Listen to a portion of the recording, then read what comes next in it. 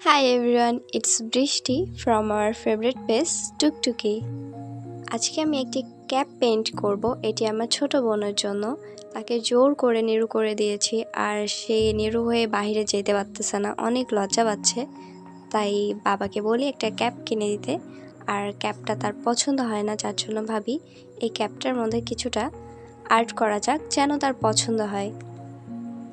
যেহেতু ছোট বাবুরা কার্টুন পছন্দ করে সেহেতু আমি কার্টুন আর ফ্লাওয়ার রাখবো। প্রথমে এখানে আমি কার্বন দিয়ে ছাপ দিয়ে নিই, দেন আর্ট করব। এখানে ফেব্রিক্স কালার ইউজ করব। যে কোনো কিছু কালার করার সময় সর্বপ্রথম সাদা রং দিয়ে নিতে হয়, তাহলে অন্য রঙগুলো খুব সুন্দরভাবে উজ্জ্বল হয়ে ওঠে, তার সঠিক কালারটি বোঝা যায়।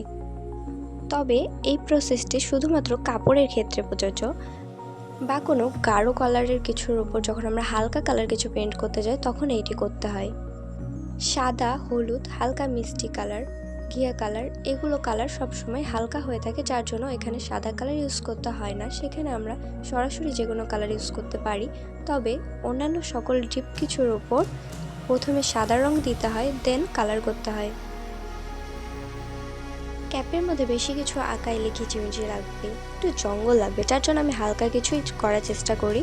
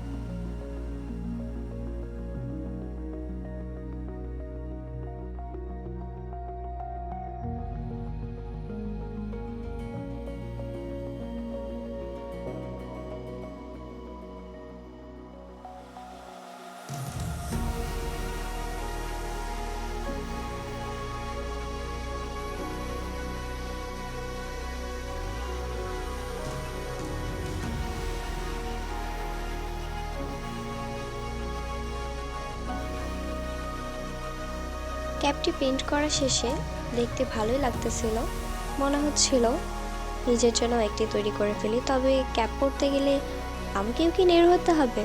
আপনারা যদি এরকম সুন্দর ক্যাপ পরতে চান তাহলে নেড়ু হয়ে যান জলদি জলদি, আর আমার কাছে ক্যাপের অর্ডার দিয়ে দিন। Sorry, just fun.